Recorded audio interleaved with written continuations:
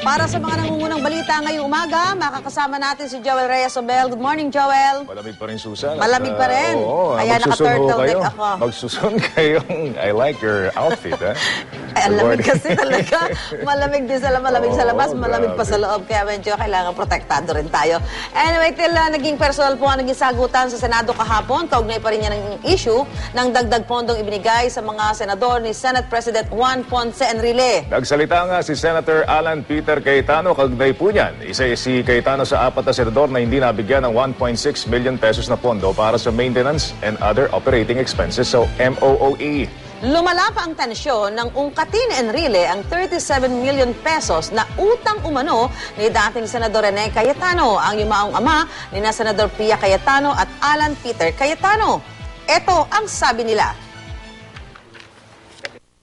This is irrelevant to our discussions here, and you're bringing up things where a person who's already dead cannot answer. But I don't remember that he owes you 37 million because he worked, Mr. President, if I may finish, Mr. President.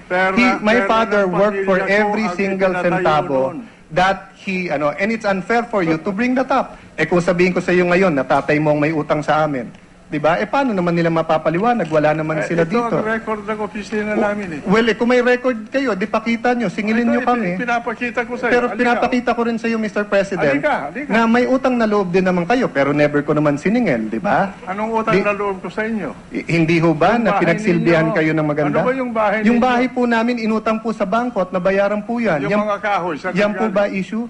Hindi ko po alam kung saan galing ang kahoy, Mr. President.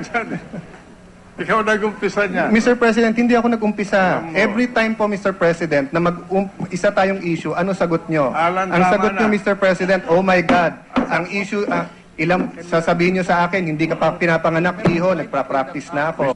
Akala mo yata, hindi ako preparado sa mga sinasabi No, mo. Mr. President, akala ko sasagutin nyo yung issue sa Senado, hindi yung personalan. Ikaw nag-umpisa. Mr. President, I move Hindi to po ako suspend the nag-umpisa, session. Mr. President.